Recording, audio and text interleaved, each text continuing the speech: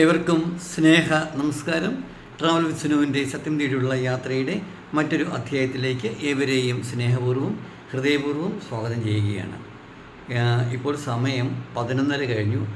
11:30 കഴിഞ്ഞ സമയമായതുകൊണ്ട് രാവിലെയാണ് 11:30 കഴിഞ്ഞത്. അതുകൊണ്ടാണ് ഞാൻ ഈ കൂളിംഗ് ഗ്ലാസ് വെച്ചുകൊണ്ടിരിക്കുന്നത്. ഞാൻ വീടിൻ്റെ മുൻവാതിൽ തുറന്നിട്ടിട്ട് ആ എൻട്രൻസിൻ്റെ അവിടെയാണ് അവിടെ ഇരിക്കുന്നത്. അപ്പം നല്ല വെയിലാണ്. അപ്പം ഞാൻ വെയിലിന് ചെറിയ ഷെയ്ഡൊക്കെ കൊടുത്തിട്ട് എൻ്റെ മുഖത്തേക്ക് ഇങ്ങനെ വെയിലടിച്ചിട്ട് എന്നെ കാണാതിരിക്കാൻ അങ്ങനെ നോക്കിയിട്ട് കാണുന്നില്ല എന്നെ. അപ്പോൾ അതുകൊണ്ടാണ് സൺഗ്ലാസ് വെച്ചിരിക്കുന്നത്, അവിടെ വെയിലുള്ളത് കൊണ്ട്. അപ്പോൾ നല്ല ഞാൻ പൊതുവേ അങ്ങനെ സൺഗ്ലാസ് വെച്ച് വളരെ അപൂർവമായിട്ട് അങ്ങനെ സംസാരിക്കാറുള്ളൂ. ഓക്കെ, അപ്പം നമുക്ക് കാര്യത്തിലേക്ക് വരാം. സൺഗ്ലാസ് വെച്ച് സംസാരിക്കുന്നതല്ലല്ലോ നമ്മളുടെ വിഷയം. ഞാൻ നേരത്തെ നമ്മുടെ ഒരു വീഡിയോ ചെയ്തിരുന്നു.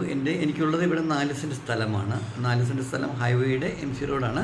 ഹൈവേയുടെ തൊട്ടടുത്താണ്, അത് ഹൈവേയോട് ചേർന്ന് തന്നെയാണ് എൻ്റെ 4 സെൻറ്റ് സ്ഥലം എനിക്കുള്ളത്. അപ്പോൾ ഈ 4 സെൻറ്റ് സ്ഥലത്തിൽ ഞാൻ 40 ഫലവൃക്ഷങ്ങൾ വച്ച് പിടിപ്പിച്ചിരുന്നു. 40 ഫലവൃക്ഷങ്ങൾ നന്നായിട്ടുണ്ട്, അതിൽ കായ്ക്കുന്നുണ്ട്, പഴമൊക്കെ ലഭിക്കുന്നുമുണ്ട്. ഫലവൃക്ഷങ്ങൾ കൂടാതെ അടുത്ത് മുന്തിരി പടർന്ന് മുന്തിരിങ്ങയൊക്കെ ഉണ്ടായിട്ടുണ്ട്. ഞാനത് മുന്തിരിങ്ങ പച്ചമുന്തിരിയാണെന്ന് ഒരു കാര്യം പറയാം, ഞാൻ പച്ചമുന്തിരിയാണെന്നാണ് ധരിച്ചിരുന്നത്. പക്ഷേ അത് എൻ്റെ തെറ്റായിരുന്നു. അതിപ്പോൾ പഴുത്തപ്പോൾ അത് റോസ് മുന്തിരിയാണ്, നല്ല മധുരമുണ്ട്. പലരും പറയാറുണ്ട് നമ്മുടെ കേരളത്തിൽ ഈ മുന്തിരിയൊക്കെ നട്ട് കഴിഞ്ഞാൽ അതിന് ഭയങ്കര പൊടിപ്പായിരിക്കും എന്നുള്ള കാര്യം. പക്ഷേ ദൈവാനുഗ്രഹം കൊണ്ട് ഞാൻ നട്ട മുന്തിരിക്കകത്ത് കുലകുലയായിട്ട് അവിടെ ഇവിടെയൊക്കെ പുതിയ കുലകൾ ഉണ്ടാകുന്നുണ്ട്. ഞാനതൊന്ന് വിളവെടുക്കുന്ന സമയത്ത് ഞാൻ കാണിക്കാം. ഓടി നടന്ന് പുറത്തോട്ട് ഭയങ്കര വെയിലായതുകൊണ്ട് അങ്ങനെ എടുക്കും. ഞാൻ തന്നെയാണല്ലോ, എനിക്കാരും പിടിച്ച് സഹായിക്കാൻ അങ്ങനെയൊന്നുമില്ല. അപ്പോഴതിന് ചില ബുദ്ധിമുട്ടുകൾ ഉള്ളത് കൊണ്ടാണ് ഞാൻ അങ്ങനെ പുറത്തേക്ക് പോയി എടുക്കാത്തത്. ആരെങ്കിലുമൊക്കെ ഉണ്ടെങ്കിൽ നമുക്ക് ആ വെയിലേറില്ലാതൊക്കെ നമുക്ക് എടുക്കാനായിട്ട് പറ്റും. അപ്പോൾ അത് സദയം ക്ഷമിക്കുക. അപ്പോൾ എൻ്റെ മുന്തിരിയുടെ കായ്ഫലം ഞാൻ പറഞ്ഞു, അത് റോസ് മുന്തിരിയാണ്, നല്ല മധുരമുള്ള മുന്തിരിയാണ്. കുലകളിൽ വലിയ കുലകളല്ല, എന്നാലും 10, 20, 25 ഒക്കെ ഉള്ള രീതിയിൽ ചെറിയ കുലകളാണ് ഉണ്ടായിട്ടിരിക്കുന്നത്. ഞാൻ നേരത്തെ കഴിഞ്ഞ വീഡിയോയിൽ അത് കാണിച്ചിരുന്നു. ഇപ്പോൾ ഇന്ന് ഞാൻ ഈ 40 മരങ്ങൾ നട്ട സന്തോഷം ഞാൻ പറയുകയുണ്ടായി, നിങ്ങളുമായി പങ്കുവയ്ക്കുകയുണ്ടായി. ഇന്ന് ഞാൻ ഈ വീഡിയോ ചെയ്യാനായിട്ട് ഞാൻ വരാൻ കാരണം എന്താണെന്ന് ചോദിച്ചു കഴിഞ്ഞാൽ, അടുത്ത ദിവസമൊക്കെ 2 ദിവസം അവധിയുണ്ട്, ഇയർ എൻഡിങ്ങിൻ്റെ അവധി, പിന്നെ ബക്രീദ്, അങ്ങനെ റംസാൻ മാസമൊക്കെ അവസാനിക്കുകയാണല്ലോ, അങ്ങനെയൊക്കെയുണ്ട്. അപ്പോൾ ഞാൻ കഴിഞ്ഞ ദിവസം ആകസ്മികമായിട്ട് ഒരു യാത്രാമധ്യേ ഒരു നഴ്സറിയിൽ പോയിരുന്നു. അവിടെ വെച്ച് ഞാൻ 3-4 തൈകൾ കണ്ടിരുന്നു. ആ തൈകൾ എന്തൊക്കെയാണെന്ന് ചോദിച്ചാൽ, ഒന്ന് തായ്ഗോവയാണ്. തായ്ഗോവ നമുക്കറിയാം, ചെറിയ മരവും വലിയ പേരയ്ക്ക ഉണ്ടാകുന്ന, സീഡൊക്കെ കുറവായിരിക്കും. ആ ഒരു പേര ഞാൻ കണ്ടു. അതിനല്പം പൈസ കൂടുതലാണ്, അത് ഞാൻ പുറത്തുനിന്നാണ് വാങ്ങിക്കുന്നത്. 550 രൂപയും മറ്റുമാണ് അവർ പറഞ്ഞത്. പിന്നെ അവക്കാഡോ എനിക്ക് ഒത്തിരി ഇഷ്ടമുള്ളതാണ്. കാരണം എൻ്റെ മുത്തശ്ശനൊക്കെ താമസിച്ചിരുന്നത് ഞങ്ങളുടെ തറവാടിൻ്റെ അവിടെ സൈഡിലെ കിഴക്ക് വശത്തായിട്ടൊരു അവക്കാഡോ മരം ഉണ്ടായിരുന്നു. എൻ്റെ ചെറുപ്പത്തിൽ ഞാനവിടെ പോകുമ്പോഴേക്കും ഈ അവക്കാഡോ വന്ന് അവിടെ ആരും കഴിക്കില്ല. അന്ന് ധാരാളം ആ മരം നിറയെ അവക്കാഡോ ഉണ്ട്. അപ്പം എൻ്റെ ഗ്രാൻഡ് ഫാദറിന് ഈ ബ്രിട്ടീഷുകാരുമായിട്ടൊക്കെ ബന്ധമുള്ളത് കൊണ്ടും അദ്ദേഹം അവരുടെ അക്കൗണ്ടൻ്റ് ആയിരുന്നു. അപ്പോൾ അന്നത്തെ കാലഘട്ടത്തിൽ അക്കൗണ്ടൻ്റ് ആയതുകൊണ്ട് ഇവരുമായിട്ടൊക്കെ അദ്ദേഹവും അദ്ദേഹത്തിൻ്റെ ഫാദറും ഒക്കെ എന്താ പറയുന്നത് വെച്ചാൽ ഈ ബ്രിട്ടീഷുകാരുമായിട്ടുള്ള ഇച്ചിരി ഒരു ഇതുള്ളത് കൊണ്ട് ഇവരൊക്കെ നന്നായിട്ട് അവക്കാഡോ കഴിക്കുന്ന ആളുകളാണ്. അങ്ങനെ അദ്ദേഹം വന്ന അവക്കാഡോ ഇങ്ങനെ കട്ട് ചെയ്തിട്ട് ഇങ്ങനെ സ്പൂൺ കൊണ്ട് കോരിയെടുത്ത് ടേബിളിൽ വെക്കുകയും അതിങ്ങനെ ഒരു പ്രത്യേക നമ്മുടെ സ്കൂപ്പ് പോലെ എടുത്ത് വെക്കുകയും അതിനകത്ത് പുള്ളി അല്പം കുരുമുളകിൻ്റെ പൗഡർ വിതറിയിട്ടൊക്കെ. അപ്പോൾ ഈ കുരുമുളകിൻ്റെ ഉള്ളതുകൊണ്ട് എനിക്കത് ഒരു പ്രത്യേക ടേസ്റ്റ് അല്ല, കുഞ്ഞുങ്ങൾക്കൊന്നും അന്ന് ഇഷ്ടപ്പെടില്ല. ഞാനൊക്കെ വളരെ ചെറുതാണ്. പക്ഷേ അന്ന് അവിടെ ധാരാളം വലിയ അവക്കാഡോ ഉണ്ടായിരുന്നു. അതും ഈ പുറത്ത് സ്കിന്നിന് അതിൻ്റെ തൊലിക്ക് ചുമന്ന നിറമുള്ള ഏകദേശം ചെറിയ വയലറ്റ് കളർന്ന വലിയ അവക്കാഡോയായിരുന്നത്. അപ്പോൾ പിന്നീട് ഞാൻ എൻ്റെ ജീവിതത്തിന് അവക്കാഡോയുടെ മേന്മ മനസ്സിലാക്കുകയും ധാരാളം അവക്കാഡോ കഴിക്കുകയും ചെയ്തിട്ടുണ്ട്. വിദേശ രാജ്യങ്ങളിലൊക്കെ സന്ദർശിക്കുന്ന സമയത്തും അവിടെ താമസിച്ച സമയത്തും. ഇപ്പോൾ എനിക്ക് അവക്കാഡോ ഭയങ്കര ഇഷ്ടമാണ്. അപ്പോൾ ഞാനവിടെ അവക്കാഡോയുടെ ഒരു തൈ കണ്ടു. അപ്പോൾ അവക്കാഡോ അത് വാങ്ങിക്കണമെന്ന് ഞാൻ കരുതുന്നു. പിന്നെ മൂന്നാമത്തെ സംഗതി എന്ന് പറഞ്ഞാൽ നമ്മുടെ ജപ്പാൻ ബെറി എന്ന് പറയും. അതിങ്ങനെ നമ്മുടെ ചെറിയ ലീച്ചി പോലെയുള്ള ചെറിയ കറുത്ത രീതിയിലുള്ളതാണ്. അതിൻ്റെ പടം മാത്രമേ കണ്ടിട്ടുള്ളൂ. അതിന് മറ്റൊരു പേരാണ് പറഞ്ഞത്, ആ പേര് ഞാൻ മറന്നുപോയി. ഫിലിപ്പീൻസാണ് ഇതിൻ്റെ പ്രദേശം. അപ്പോൾ അത് ഞാൻ കണ്ടു. അത് നന്നായിട്ട് ഈ പേരയുടെ തന്നെ പോലെയുള്ള ഇലയൊക്കെയാണത്. അത് ഞാൻ വാങ്ങിക്കണം എന്ന് ഞാൻ കരുതി. പിന്നെ എപ്പോഴും എനിക്കെപ്പോഴും നാടനായിട്ടുള്ള സംഗതികളാണ് എനിക്കിഷ്ടം. അപ്പോൾ എൻ്റെ ഒരു സ്നേഹിതൻ എന്നോട് പറഞ്ഞിരുന്നു, അവരുടെ വീട്ടിൽ അവരിങ്ങനെ കുരുവിട്ട് കിളിപ്പിച്ചിട്ടുള്ള നമ്മുടെ ചുമന്ന വരിക്കയുണ്ടല്ലോ, ചുമന്ന വരിക്ക ചക്കയുടെ അത്. അപ്പോൾ അത് സാധാ നാടനാണ്. അല്പം ഒരു ചെറിയ കവർ ഞാൻ അദ്ദേഹത്തോട് നേരത്തെ പറഞ്ഞു വെച്ചിരുന്നു. അപ്പോൾ എന്നോട് പറഞ്ഞത് ഏകദേശമായിട്ടുണ്ട്, ഇനി അത് പറിച്ച് നട്ടില്ലെങ്കിൽ അത് പിന്നെ ഉണങ്ങിപ്പോകുമായിരിക്കും, അതുകൊണ്ട് നീ ഇത് കൊണ്ടുപോയിക്കൊള്ളാൻ പറഞ്ഞു. അപ്പോൾ ഞാൻ അതും നടാമെന്നാണ് കരുതുന്നത്.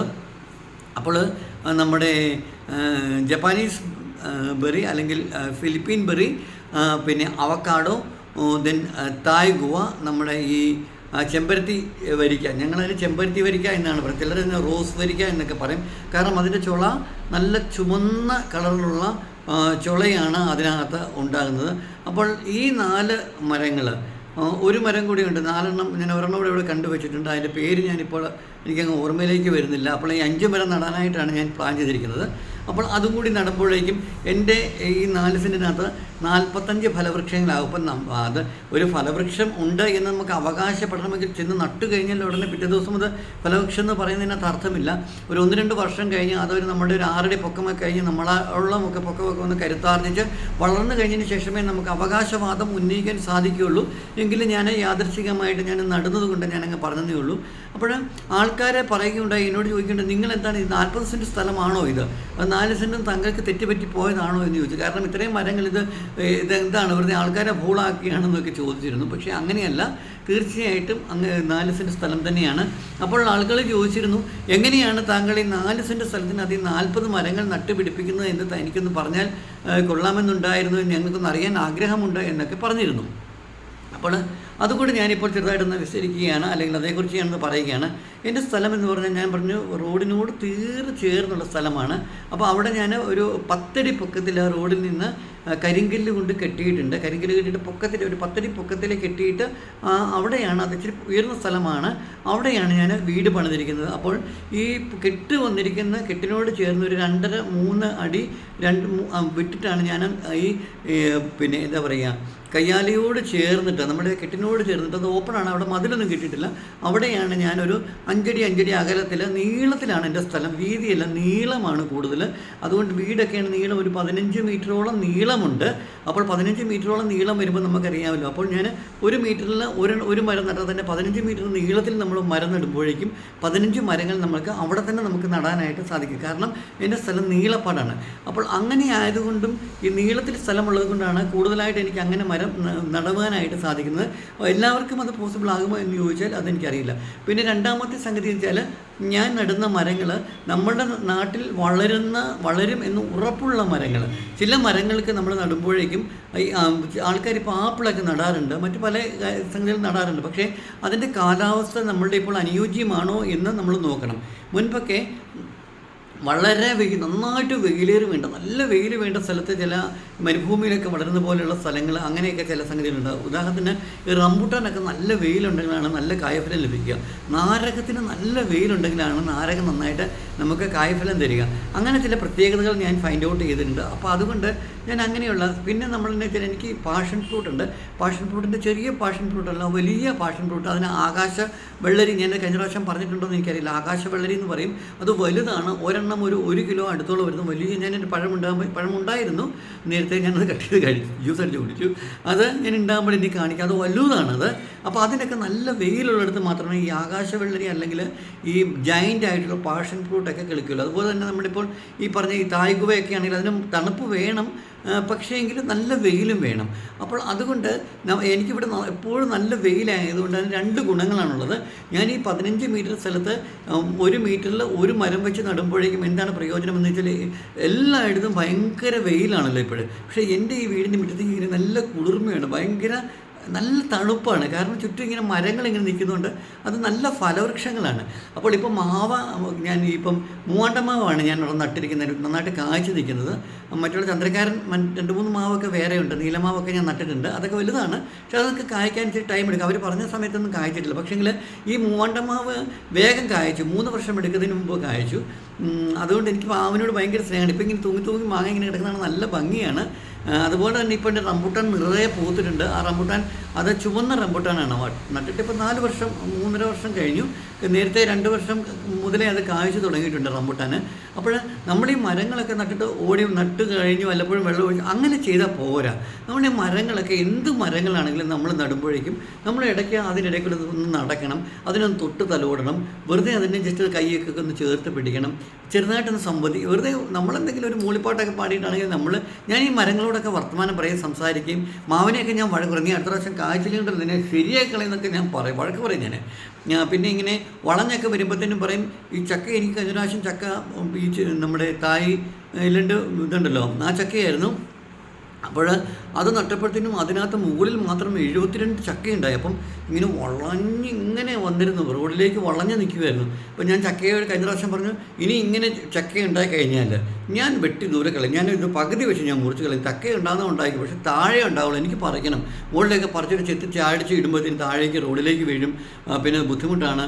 അത് തന്നെയല്ല, റോഡിങ്ങനെ വളഞ്ഞു നിൽക്കുമ്പോൾ കാറ്റടിക്കുമ്പോൾ എനിക്ക് പേടി, ഇത് ഒടിഞ്ഞു പോകുന്നുള്ള ഭയം, അങ്ങനെയൊക്കെ ഉണ്ടാവുന്നത്. എന്താണെങ്കിലും ഞാൻ വഴക്ക് പറഞ്ഞ് തമാശയാണെങ്കിൽ കൂടിയും ഇപ്പോൾ അതിനകത്ത് ഉണ്ടായിരിക്കുന്ന ചക്കയെല്ലാം താഴത്തെ എനിക്ക് കയ്യെത്തുന്ന അടുത്താണ്. ഇപ്രാവശ്യം അത്രയും ചക്ക ഉണ്ടായിട്ടില്ല, എങ്കിലും ഒരു 10-30 ചക്ക ഉണ്ടായിട്ടുണ്ട്. ഒരു ചക്കയ്ക്ക് ഇത്രയൊക്കെ ആയിട്ടുണ്ട്. ഞാൻ പിന്നീട് അടുത്ത വീഡിയോ ഒരു ദിവസം ഞാൻ കാണിക്കാം, വെയിലായതുകൊണ്ട് കേട്ടോ. അപ്പോൾ അത് താഴെയാണ് ഉണ്ടായിരിക്കുന്നത്. അപ്പോൾ നിങ്ങൾ ചോദിക്കും, നമ്മുടെ മരങ്ങളോടൊക്കെ നമ്മൾ സംവദിക്കണം, നമ്മൾ സംസാരിക്കണം, നമ്മുടെ സ്നേഹം പ്രകടിപ്പിക്കണം. നമ്മൾ വല്ലപ്പോഴും പോയിട്ട് വെള്ളം ഒഴിച്ച് മരുന്നിട്ട് പിന്നെ പോയി കാവറിക്കാൻ വേണ്ടി ഓടിച്ചെന്ന് കഴിഞ്ഞാൽ അതുങ്ങളൊന്നും തരത്തില്ല. അപ്പോൾ ചോദിക്കും, ഇപ്പോൾ ഈ കാട്ടിലും മേട്ടിലും ഒക്കെ അത് ശരി, പക്ഷേ അവിടെ നൈസർഗികമായ കാലാവസ്ഥയുണ്ട്, അത് പ്രകൃതിയുമായിട്ട് ഇണങ്ങി ചേർന്ന് വളരുന്ന വൃക്ഷങ്ങളാണ്. നമ്മളുടെ ഈ വൃക്ഷങ്ങളൊന്നും അങ്ങനെയൊന്നുമില്ല. ഇതൊക്കെ നമ്മൾ പറിച്ചുകൊണ്ട് വന്നത് ഈ നട്ടപ്ര വെയിലത്ത് വെച്ച് ഈ പുകയും പിന്നെ ആൾക്കാരുടെ ബാഹുല്യവും പിന്നെ ഈ എന്താ പറയുക പരിസ്ഥിതി മലിനീകരണവും അങ്ങനെയൊക്കെയുള്ള ആ ഒരു ശരിയായ രീതിയിലേക്കുള്ളതല്ല. അപ്പോൾ അറ്റ്ലീസ്റ്റ് എന്താ ചെയ്യേണ്ടത്, നമ്മളുടെ പരിചരണത്തോടൊപ്പം തന്നെ നമ്മൾ അവരുടെ ഇടയിൽ കൂടെയൊക്കെ നടക്കുകയൊക്കെയാണെന്നുണ്ടെങ്കിൽ അതിനൊരു ജീവൻ വയ്ക്കും, അതിൽ കൂടുതൽ ഉഷാറാകും. നമുക്ക് അറിയാമല്ലോ, നമ്മൾ ഈ പ്ലാസ്റ്റർ ഓഫ് പാരീസ് കൊണ്ടും കല്ലുകൊണ്ടും തടി കൊണ്ടും ഒക്കെ ഈശ്വരന്മാരെ ഉണ്ടാക്കിയിട്ട് നമ്മൾ വെച്ചിട്ട് അവയ്ക്ക് മുമ്പിൽ നിന്ന് നമ്മൾ എന്തുകൊണ്ടാണ് പ്രാർത്ഥിക്കുന്നത്? അവയൊക്കെ വെറും പ്ലാസ്റ്റർ ഓഫ് പാരീസും തടിയും കല്ലുമൊക്കെയല്ലേ. പക്ഷേ അതെങ്ങനെയാണ് ഒരു ഈശ്വര ചൈതന്യം അതിലേക്ക് വരുന്നത്? നമ്മൾ അകമഴഞ്ഞിട്ട് നമ്മളുടെ ചൈതന്യം നമ്മളുടെ പ്രാർത്ഥനാപൂർവ്വം നമ്മുടെ ഇടപെടലുണ്ട്. നമ്മുടെ കുടുംബത്തിലെ എല്ലാവരും അതിന് മുമ്പിൽ നിന്ന് വിളക്ക് കൊളുത്തിയിട്ട് നമ്മൾ പ്രാർത്ഥിക്കുമ്പോൾ, അല്ലെങ്കിൽ നമ്മൾ മുട്ടുകുത്തി പ്രാർത്ഥിക്കുമ്പോൾ അതിലേക്കൊരു ചൈതന്യം വരികയാണ്. നമ്മൾ ആ ഒരു ചൈതന്യം ഓൾറെഡി അതിലേക്ക് ആ ഒരു ഊർജ്ജം അതിൽ വന്ന് നിറയുകയാണ് ചെയ്യുന്നത്, അല്ലേ? അപ്പം അതുപോലെ തന്നെയാണ് ഈ മരങ്ങളിലും. അപ്പം ഈ കല്ലിനാകാമെങ്കിൽ എന്തുകൊണ്ട് മരങ്ങൾക്കാകാൻ പാടില്ല? മരങ്ങൾ എന്ന് പറഞ്ഞാൽ നമ്മുടെ പ്രത്യക്ഷ ദൈവങ്ങളായിട്ട് വേണം നമ്മൾ മരങ്ങളെ കാണുവാനായിട്ട്. കാരണം നമ്മുടെ നിലനിൽപ്പിന് ആധാരം തന്നെ, ഈ ഭൂമിയുടെ നിലനിൽപ്പിന് ആധാരം തന്നെ എന്താണ്? ഈ മരങ്ങൾ. ഈ മരങ്ങളൊന്നുമില്ല, വെറും പ്രദേശമായിട്ട് മരുഭൂമി പോലെ കിടന്നാൽ എങ്ങനെയായിരിക്കും നമ്മളുടെ ഭൂമി? ഒന്ന് നിങ്ങൾ ആലോചിച്ച് നോക്കിയിട്ടുണ്ട്. അതുകൊണ്ട് മരങ്ങളെ നമ്മൾ ഈശ്വരന്മാരെ പോലെ കാണുക.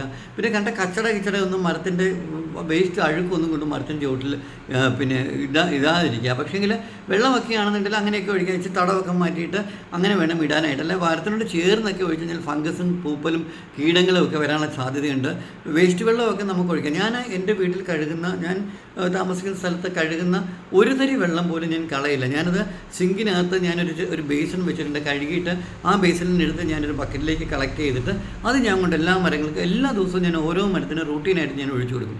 അപ്പോൾ ഈ പാത്രങ്ങൾ കഴുകുന്ന വെള്ളവും മറ്റും അത് സോപ്പൊന്നും ചേർക്കത്തില്ല. അല്ലാതെയൊക്കെ ആകുമ്പോഴേക്കും ചില പച്ചക്കറിയുടെ വേസ്റ്റ് ഉണ്ടാവും, അങ്ങനെയുള്ള ചില സംഗതികളൊക്കെ ഉണ്ട്. ചോറൊക്കെയാണ് ഞാൻ നന്നായിട്ട് ഞെവിയിട്ട് വേസ്റ്റ് വരികയാണ് നന്നായിട്ടൊന്ന് മിക്സപ്പ് ചെയ്തിട്ട് മാഷപ്പ് എടുത്ത് ചുവട്ടിൽ നിന്ന് മാറ്റി അങ്ങനെയാണ് ഇട്ട് കൊടുക്കുക. പിന്നെ ഞാൻ മുട്ട ഉപയോഗിക്കുന്നയാളാണ്. അപ്പോൾ മുട്ടത്തോടൊക്കെ ഞാനത് കട്ട് ചെയ്തിട്ട് ഞാനത് മാറ്റി വെച്ചിരിക്കും. ഒരു 10-25 എണ്ണമൊക്കെ ആകുമ്പോഴത്തേനും എന്ത് ചെയ്തിട്ട് നന്നായിട്ട് പൊടിക്കും. അത് ഞാൻ മിക്സിയിലിട്ട് നന്നായിട്ട് പൊടിച്ചിട്ട് അത് മരത്തിൻ്റെ ചുറ്റും ഞാനിങ്ങനെ നന്നായിട്ട് അത് ഞാൻ വിതറി കൊടുക്കും. അപ്പോൾ അതൊക്കെ മണ്ണിനുള്ള കുറവുകളുണ്ടല്ലോ അതൊക്കെ നികത്തുവാനായിട്ട് സഹായിക്കും. അതുപോലെ തന്നെ നമ്മുടെ ഞാൻ നന്നായിട്ട് നാരങ്ങ വെള്ളം കുടിക്കുന്നയാളാണ്. നന്നായിട്ട് നാരങ്ങ വെള്ളം കുടിക്കും. എല്ലാ ദിവസവും എനിക്ക് ഒഴിച്ചു കൂടാത്ത ഒന്നാണ് ഈ നാരങ്ങ വെള്ളം എന്ന് പറയുന്നത്. അപ്പോൾ ഞാൻ എനിക്ക് ലെമൺ ഉണ്ട്. ഇപ്പം ദൈവസഹായിച്ചിട്ട് എനിക്ക് ലെമൺ എല്ലാ ദിവസവും എനിക്ക് പറിച്ച് കഴിക്കാനുള്ള ലെമൺ എനിക്ക് കിട്ടുന്നുണ്ട്. വലിയ ചെറുനാരകമാണ് കേട്ടോ.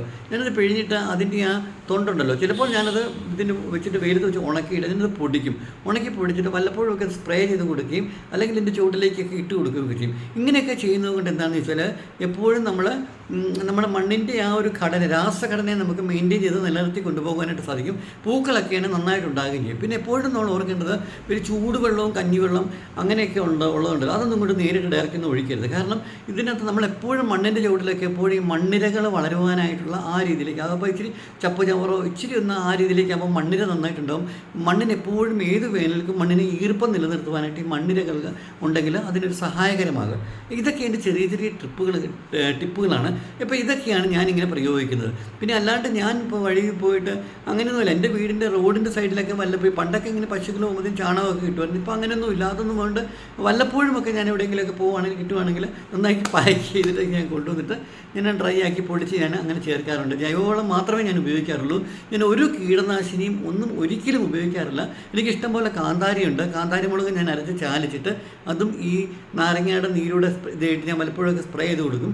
പിന്നെ മാനുവലി ഞാൻ പുഴുവൊക്കെ വരുവാണെങ്കിൽ അത് ഞാൻ എടുത്ത് കളയും. പിന്നെ എനിക്കിവിടെയൊക്കെ പുക കത്തിക്കുന്ന അടുപ്പില്ല. അതുകൊണ്ട് ഞാൻ പുറത്ത് കത്തിച്ചിട്ട് ചാരം ഉണ്ടാക്കിയിട്ട് ഞാൻ അതിങ്ങനെ വിതറി കൊടുക്കുകയാണ് ചെയ്യുന്നത്. ചില വള്ളിപ്പടർപ്പുകൾക്കൊക്കെ ഇങ്ങനെ ചാരമൊക്കെ ഇട്ട് കൊടുത്താൽ മാത്രമേ ചെറിയ പുഴുക്കളും അതൊക്കെ പോവുകയുള്ളൂ. മറ്റൊക്കെ സ്വാഭാവികമായിട്ട് ബട്ടർഫ്ലൈസൊക്കെ ധാരാളം ബട്ടർഫ്ലൈ ഒക്കെ വരുന്നുണ്ട്, ഒത്തിരിയുണ്ട്.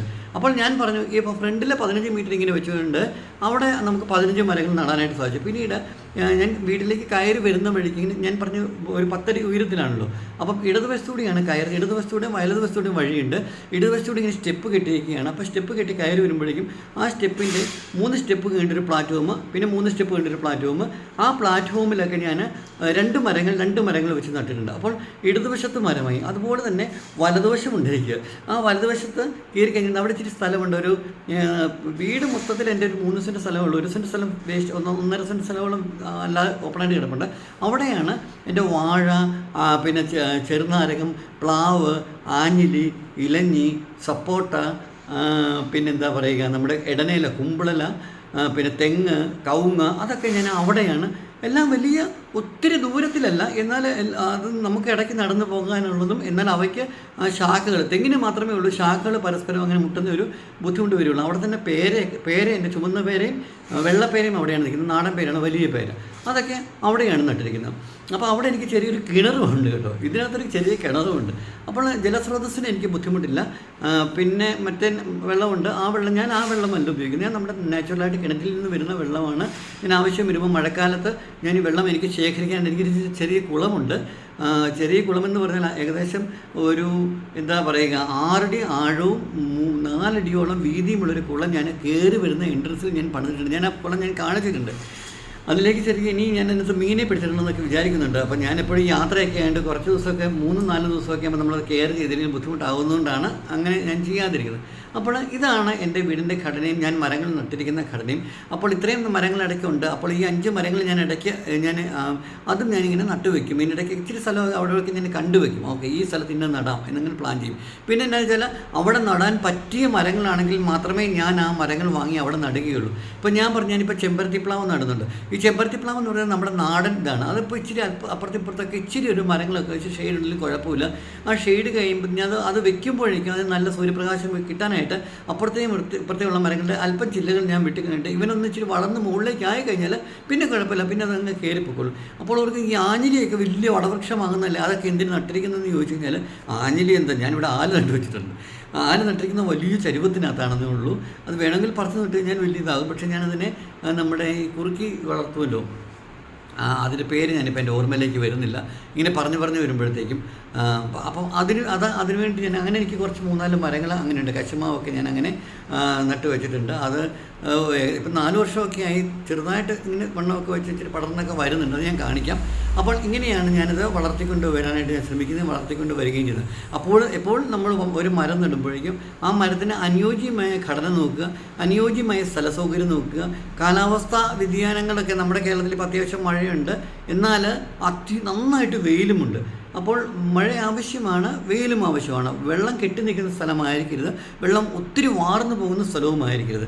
ഇതിനിടയ്ക്ക് അപ്പോൾ എനിക്ക് കുറേ വാഴകളുണ്ട്. ചെങ്കതിലിയുണ്ട്, ഞാലിപ്പൂവനുണ്ട്, പാളയംകൂടനുണ്ട്, ഏത്തവാഴയുണ്ട്, ചുണ്ടില്ലാക്കണനുണ്ട്, കദളിപ്പഴമുണ്ട്. ഇതൊക്കെ ഞാൻ എവിടെ നട്ടിരിക്കുന്നത് നിങ്ങൾ ആലോചിക്കും. അപ്പോൾ ഇതിനൊക്കെ ഇടയ്ക്ക് ചെറിയ സ്ഥലമുള്ളിടത്തൊക്കെ ഞാൻ പറഞ്ഞ വലതുവശത്തോടെ കയറി വരുന്നിടത്ത് ആ സൈഡിലായിട്ടാണ് ഞാൻ വാഴകൾ നട്ടിരിക്കുന്നത്. പിന്നെ ഈ റോഡ് സൈഡിൽ ഞാൻ പറഞ്ഞു എനിക്കിവിടെ കെട്ടേണ്ടത്. ആ കെട്ടുന്ന 2 അത് നമ്മൾ എൻ്റെ സ്ഥലം തന്നെ ചേർത്തിട്ട് അവിടെയാണ് കെട്ടിയിരിക്കുന്നത്. അപ്പോൾ കെട്ടുമ്പോഴേക്കും റോഡിൽ ഒരടി സ്ഥലം ഞാൻ റോഡിലേക്ക് വിട്ടിട്ടാണ് ഞാൻ കെട്ടിയിരിക്കുന്നത്. അപ്പോൾ ഒരു സ്ഥലം എൻ്റെ റോഡിലുണ്ട്. അപ്പോൾ ആ സ്ഥലം എൻ്റെ സ്ഥലമാണ്. ഞാനിങ്ങനെ അങ്ങനെ കെട്ടിയെന്ന് പറഞ്ഞാൽ എൻ്റെ സ്ഥലമാണ്. അപ്പം ആ കെട്ടിനോട് ചേർന്ന് നമുക്ക് എന്താണ് വലിയ മരങ്ങളൊന്നും നടാൻ പറ്റില്ല. പക്ഷേ അവിടെ നന്നായിട്ട് വാഴ നടാൻ പറ്റും. വാഴ വാഴ അല്പം ഇതല്ലേ ഉള്ളൂ. അപ്പോൾ ആ വാഴ 10 അടി പൊക്കത്തിൽ അത്രയൊന്നും വളരില്ല, ഒരു 6-7 അടി പൊക്കത്തിലേ വളരത്തുള്ളൂ. അപ്പോൾ എൻ്റെ വീടിൻ്റെ മുറ്റത്ത് നിന്ന് എനിക്ക് വാഴക്കൊല വെട്ടിയെടുക്കാൻ പറ്റുന്ന പാകത്തിനാണ് ഞാൻ നട്ടിരിക്കുന്നത്. അപ്പോൾ ആ ഒരു സ്ട്രക്ചർ അനുസരിച്ചിട്ട് നമ്മൾ കുറച്ച് ഒരു ഐഡിയാപരമായിട്ടാണ് നമ്മൾ നടുന്നത്. അല്ല നമുക്ക് സ്ഥലം ഉണ്ടായിട്ട് നമുക്ക് ഇത്രയല്ല സ്ഥലമുള്ളൂ, ഇവിടെ എങ്ങനെ നടന്നു, ഇതൊക്കെ ഇങ്ങനെ നടാൻ പറ്റുമോ, അങ്ങനെയല്ല. നമുക്കൊരു മനസ്സുണ്ടായാൽ മാത്രം മതി. നമ്മളുടെ ആ മനസ്സാണ് നമുക്ക് വിളവ് തരുന്നത്. നമുക്ക് മനസ്സ് ഉണ്ടായതുകൊണ്ട് മാത്രമാകുമെന്ന് ചോദിച്ചാൽ അങ്ങനെയല്ല. നമുക്ക് പരിപാലിക്കാനുള്ള അല്പം സമയവും കൂടി വല്ലപ്പോഴും നമ്മൾ കണ്ടെത്തണം. എല്ലാ ദിവസവും വേണ്ട, ആഴ്ചയിൽ ഒരു ദിവസം മതി. ആഴ്ചയിൽ ഒരു ദിവസം നമ്മൾ ഈ മരങ്ങളെയും ചെടികളെയൊക്കെ, എനിക്കിത് കൂടാതെ ധാരാളം ചെടികളുണ്ട്, ഒത്തിരി തരം ചെടികളുണ്ട്. ബിഗോണിയ തന്നെ എൻ്റെ ധാരാളമുണ്ട്. പിന്നെ റോസ് എനിക്ക് ഇഷ്ടം പോലെയുണ്ട്. പിന്നെ നന്ദിയാർവട്ടം, കൊങ്ങിണി, പിന്നെ വള്ളിച്ചെടികളൊക്കെ ഒത്തിരി ഉണ്ട്. അതൊക്കെ പറഞ്ഞാൽ ധാരാളമുണ്ട്, അതൊക്കെ പിന്നെ പറയാം ഞാനത്. അപ്പോൾ ഇങ്ങനത്തെ ഒരു രീതിയിലാണ് ഞാൻ ഈ ചെടികൾ വളർത്തിക്കൊണ്ട് വരികയും ഈ മരങ്ങൾ വളർത്തിക്കൊണ്ട് വരികയും അതിൻ്റെ ഫലമെടുക്കുകയും ഒക്കെ ചെയ്യുന്നത്. ഇപ്പോൾ ചക്കയാണെങ്കിലും എനിക്ക് നന്നായിട്ടുണ്ട്, മാങ്ങ എനിക്ക് നന്നായിട്ടുണ്ട്, നാരങ്ങ എനിക്ക് എപ്പോഴും എല്ലാ സമയവും കിട്ടും. ഞാൻ വാളംപുളി നട്ടിട്ടുണ്ട്. പിന്നെ ഇതൊക്കെ മിക്കവാറും ഉള്ളതെന്ന് വെച്ചാൽ വാളംപുളി എനിക്ക് കായ്ച്ച് വന്നിട്ടില്ല. മറ്റുള്ളതൊക്കെ ആണെങ്കിൽ നമുക്ക് ഇങ്ങനെ വിളവ് തരുന്നതാണ്. വാഴ എനിക്ക് ടു ബി ഫ്രാങ്ക്ലി ഞാൻ പറയുകയാണ്, എനിക്ക് 365 ദിവസവും കഴിക്കാനുള്ള വാഴപ്പഴം എൻ്റെ 4 സെൻറ്റ് സ്ഥലത്ത് നിന്ന് കിട്ടിക്കഴിഞ്ഞു പറഞ്ഞു കഴിഞ്ഞാൽ എന്നെ ഗിന്നസ് ബുക്കിലെ ആൾക്കാർ വന്നിട്ട് എന്നെ ഗിന്നസിൽ ചേർക്കും. കാരണം ഞാൻ അഹങ്കാരം കൊണ്ട് പറഞ്ഞതല്ല, നമുക്ക് അങ്ങനെ ചെയ്യാനായിട്ട് നമുക്ക് സാധിക്കും. അങ്ങനെ നമുക്ക് സാധിക്കുന്നത് എന്തുകൊണ്ടാണെന്ന് ചോദിച്ചാൽ ഈ നമ്മുടെ മനസ്സ്, അല്ലെങ്കിൽ നമുക്ക് ഇതിനോട് ചെയ്യാനുള്ള ആ ഒരു പ്രതിബദ്ധത, നമ്മുടെ താല്പര്യം, ഇതിനെയൊക്കെ മുൻനിർത്തിയാണ് ഒരാൾക്ക് ഇതൊക്കെ ചെയ്യാനായിട്ട് സാധിക്കുന്നത്. ഒരിക്കലും സാധ്യമല്ല, വീമ്പ് പറയുന്നതാണ്, ബ്ലണ്ടർ പറയുന്നതാണ് എന്ന് പറയുന്നവരോട് ഞാൻ സാദരം ക്ഷണിക്കുകയാണ്. എൻ്റെ വീട്ടിലേക്ക് മെസ്സേജ് അയച്ചാൽ മതി. എപ്പോഴെങ്കിലും ഞാൻ അവൈലബിൾ ആകുന്ന സമയത്ത്, നിങ്ങൾക്ക് സമയമുള്ള സമയത്ത് ജസ്റ്റ് ഒന്ന് വന്ന് വിസിറ്റ് കണ്ട് ചെയ്തിട്ടൊക്കെ പോകാം. ഇപ്പോൾ ഞാൻ വളരെ എക്സൈറ്റഡ് ആണ് ഇന്ന്. കാരണം ഞാൻ ഈ ചൈനീസ് ബെറി അല്ല, ജപ്പാൻ ബെറി എന്ന് പറഞ്ഞ മരം, എനിക്കത് എങ്ങനെയെങ്കിലും അവനെ ഒന്ന് വളർത്തിയെടുത്ത് എനിക്കതിൻ്റെ ആ നെറ്റിൽ പോയിട്ട് പടമൊക്കെ കണ്ടപ്പോൾ തന്നെ എനിക്ക് ഭയങ്കരമായിട്ട് ഞാൻ എക്സൈറ്റഡ് ആണ്. തീർച്ചയായിട്ടും അത് വളരുമെന്ന് എനിക്ക് ഉറപ്പുണ്ട്. അതുപോലെ തന്നെ തായ്കുവ ഇത്രയുള്ള വലിയ എനിക്ക് പേരയ്ക്ക ഭയങ്കര ഇഷ്ടമാണ്. ഞാൻ പേരയ്ക്കയുടെ സ്മൂത്തി അടിച്ച് കുടിക്കും. പേരയ്ക്ക ജ്യൂസൊക്കെ എപ്പോഴും ഞാൻ മിക്കവാറും, എനിക്കിവിടെ എല്ലാ ദിവസവും പേരയ്ക്കയുണ്ട്. ഇതിനകത്ത് കപ്പളമുണ്ട്. കപ്പളത്തിനൊന്നും പിന്നെ അങ്ങനെ വേണ്ടല്ലോ. അതിങ്ങനെ കുരുവിട്ട് കഴിഞ്ഞാൽ എൻ്റെ കപ്പളം എന്ന് പറഞ്ഞാൽ നേരത്തെ റെഡ് ലേഡി ആയിരുന്നു, ഇപ്പോൾ റെഡ് ലേഡി അല്ല. എനിക്കെപ്പോഴും എല്ലാ ടൈമും കപ്പളങ്ങ വേണ്ടി, കപ്പളങ്ങ തോരൻ വെക്കാൻ മെഴുക്കൂട്ടൊക്കെ എനിക്ക് ഇഷ്ടമാണ്. കപ്പളങ്ങാപ്പഴം എനിക്ക് ഭയങ്കര ഇഷ്ടമാണ്. അതുകൊണ്ട് സൈഡിലും അടുക്കളയുടെ സൈഡിലും അവിടെ ഇവിടെയൊക്കെ ആണെങ്കിലും ജസ്റ്റ് വെറുതെ അവിടെയൊക്കെ നട്ടിട്ട് ഇപ്പോഴും എനിക്ക് 2 കപ്പളമുണ്ട്. എല്ലാ ദിവസവും എനിക്ക് കപ്പളങ്ങ എപ്പോഴും ഉണ്ട്. കപ്പളങ്ങ ഒന്നുകിൽ തോരൻ വെക്കാനാണെന്നുണ്ടെങ്കിലും 365 ദിവസം കപ്പളങ്ങ കഴിക്കണ്ടല്ലോ. ആഴ്ചയിൽ ഒരു കപ്പളങ്ങയൊക്കെ വെച്ച് നമുക്ക് കിട്ടിയാൽ മതി. അതെനിക്ക് കിട്ടുന്നുണ്ട്. അപ്പോൾ ട്രാവൽസ് വിനോൻ്റെ സത്യം തേടിയുള്ള യാത്രയിൽ ഇതിൻ്റെ വ്യക്തിപരമായ ചില കാര്യങ്ങൾ ഞാൻ നിങ്ങളുമായിട്ട് പങ്കുവച്ചതാണ്. നമ്മളുടെ ഈ പങ്കുവയ്ക്കൽ നിങ്ങൾക്ക് ഇഷ്ടമായി എന്ന് വിചാരിക്കുന്നു. നിങ്ങളുടെ ഇഷ്ടം മാത്രം പ്രകടിപ്പിച്ചാൽ പോരാ, നിങ്ങൾ മരങ്ങളൊക്കെ നട്ടുപിടിപ്പിക്കണം. ഈ വൃക്ഷങ്ങൾ നമുക്ക് ഫലം തന്നാലും ഫലം തന്നില്ലെങ്കിലും ഒരു മരമൊക്കെ നമ്മുടെ വീട്ടിലുള്ള എന്നെ ഐശ്വര്യം തരിക. നമുക്കൊരു ഇച്ചിരി ഒരു വിഷമം, ഒരു സങ്കടമൊക്കെ വരുമ്പോഴത്തേനും ആ മരത്തിൻ്റെ ചോട്ടി ഒന്ന് വെറുതെ പോയി കുറച്ച് നേരം ഒന്ന് ഇരിക്കുമ്പോഴത്തേനും, അല്ലെങ്കിൽ ഒന്ന് കണ്ണൊക്കെ നിറയുകയാണെങ്കിൽ ജസ്റ്റ് ഒന്ന് കണ്ണ് തുടയ്ക്കാനായിട്ടോ, അല്ലെങ്കിൽ നമ്മളെല്ലാവരും എല്ലാവരും നമുക്കുണ്ടെങ്കിലും എപ്പോഴും ഒന്നും എല്ലാവരും ഒന്നും നമ്മളും കൂടി ഒന്നും കാണത്തില്ലല്ലോ. അപ്പോൾ എന്നാ വെച്ചാൽ നമ്മളെ മരത്തിൻ്റെ ചോട്ടി പോയിരിക്കണം. വെറുതെ നമ്മുടെ സങ്കടങ്ങളൊക്കെ ഉള്ളപ്പോഴും അതുങ്ങളുടെ അടുത്ത് അങ്ങനെ ഇങ്ങനെ പോയിരിക്കുമ്പോൾ തന്നെ ഉണ്ടല്ലോ നമുക്ക് ഭയങ്കര ആശ്വാസമാണ്, നമുക്ക് ഭയങ്കര മനസ്സമാധാനമാണ്. ലോകത്ത് മരങ്ങളുടെ തണലുകൾ തരുന്ന സമാധാനവും ആശ്വാസവും കുളിരും വേറെ തരാൻ പറ്റുന്നത്? ആർക്കും തരാൻ പറ്റത്തില്ല. നമ്മളുടെ കൂട്ടുകാരനോ കൂട്ടുകാരിയൊക്കെ ഉണ്ടെന്നുണ്ടെങ്കിൽ നമ്മളെ നാലിങ്ങനെ ചെയ്യുമ്പോഴും നമ്മളെ ഉമ്മ വയ്ക്കുമ്പോഴും എടാ പോയി പോട്ടെ, സാരമില്ല, എല്ലാം ശരിയാകും എന്ന് പറഞ്ഞ ആ ഒരു മനോഭാവം ഉണ്ടല്ലോ, അല്ലെങ്കിൽ ആ ഒരു സമാധാനം ഉണ്ടല്ലോ, അത് നമ്മളുടെ ഈ മരത്തിൻ്റെ അടുത്തൊക്കെ പോയിരിക്കുമ്പോഴത്തേക്കും നമുക്ക് കിട്ടും. ഇപ്പോൾ ഇതേണ്ട എൻ്റെ ഈ മുറിക്കകത്ത് തന്നെയാണെങ്കിലും ഞാൻ കാണിക്കാം, ജസ്റ്റ് ഒന്ന് കറക്കി കാണിക്കാം. അങ്ങനെയല്ലേ, ഞാൻ അവിടെ ഇവിടെയൊക്കെ ആണെങ്കിലും ഇച്ചിരി സ്ഥലമുണ്ടെങ്കിലും അവിടെ ഇവിടെയൊക്കെ ഞാൻ ചെടികളൊക്കെ നട്ടുപിടിപ്പിച്ചിട്ട് ഇങ്ങനെയൊക്കെ ചെയ്ത് വെച്ചേക്കണം. എനിക്കിഷ്ടമാണ് ഇൻഡോർ പ്ലാന്റൊക്കെ, എനിക്ക് ഭയങ്കര ഇഷ്ടമാണ്. അതൊക്കെ നന്നായിട്ട് എൻ്റെ പുറത്തോട്ട് പുറകെ ഇരിക്കുന്നില്ല, അതൊക്കെ നന്നായിട്ട് കിളുത്ത് വന്നോളൂ. അപ്പോൾ തൽക്കാലം ഞാൻ നിർത്തട്ടെ. നമുക്ക് വീണ്ടും സത്യത്തിൻ്റെ മറ്റൊരു നേർക്കാഴ്ചയായിട്ട് കണ്ടുമുട്ടും വരെ ഏവർക്കും നല്ലൊരു ദിവസം ആശംസിച്ചുകൊണ്ട് തൽക്കാലം നിർത്തുന്നു. നന്ദി, നമസ്കാരം. Thank you all.